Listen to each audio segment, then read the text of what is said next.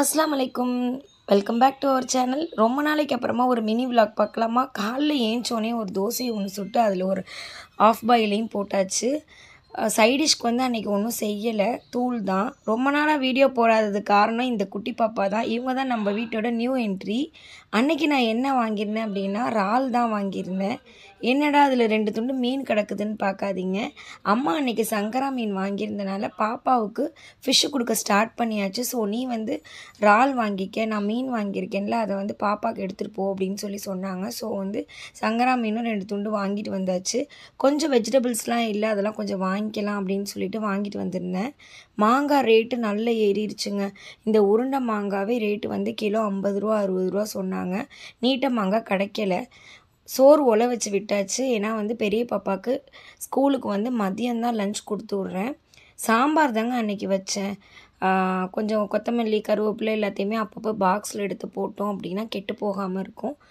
மற்ற வெஜிடபிள்ஸ் எல்லாத்தையுமே பேக் பண்ணி எடுத்து வச்சாச்சு. அன்றைக்கி சாம்பாரில் வந்து மொச்சக்காய், முருங்கைக்காய், கத்திரிக்காய் எல்லாம் போட்டு சாம்பார் வச்சாச்சு.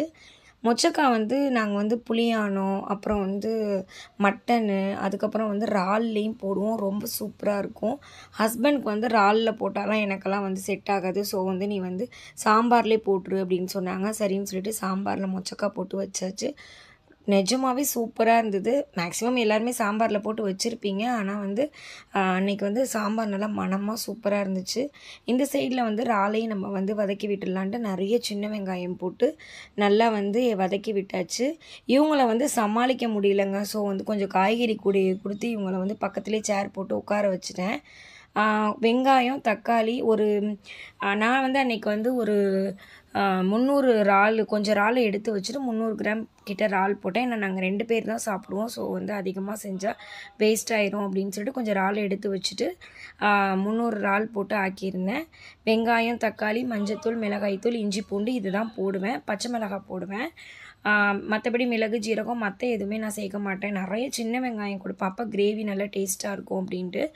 குட்டி பாப்பாவுக்கு வந்து சங்கரா மீனில் வெறும் மஞ்சத்தூள் மட்டும் போட்டு பெரட்டி ஃப்ரை பண்ணி கொடுத்துட்டேன். ஏன்னா வந்து அவங்களுக்கு இன்னும் காரம்லாம் சேர்க்காதனால மஞ்சத்தூள் மட்டும்தான் சேர்க்குறேன். உங்கள் வீட்டில் எதுவும் குட்டி பாப்பா இருந்தது, என்னென்ன ஃபுட்டெல்லாம் நீங்கள் கொடுக்க ஸ்டார்ட் பண்ணிங்க அப்படின்னா எனக்கு கமெண்ட்டில் என்ன கொடுப்பீங்கிறத ஷேர் பண்ணுங்கள். எனக்கு கொஞ்சம் யூஸ்ஃபுல்லாக இருக்கும்.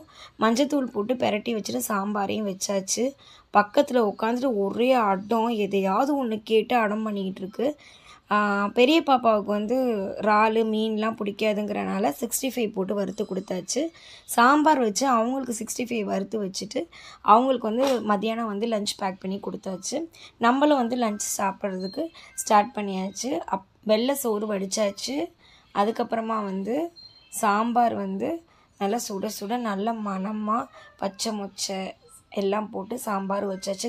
நல்ல கிரேவி வந்து நல்லா சுருள கிண்டியாச்சு. நிறைய சின்ன வெங்காயம் போட்டோம்னா நல்ல டேஸ்ட்டு சூப்பராக இருந்தது.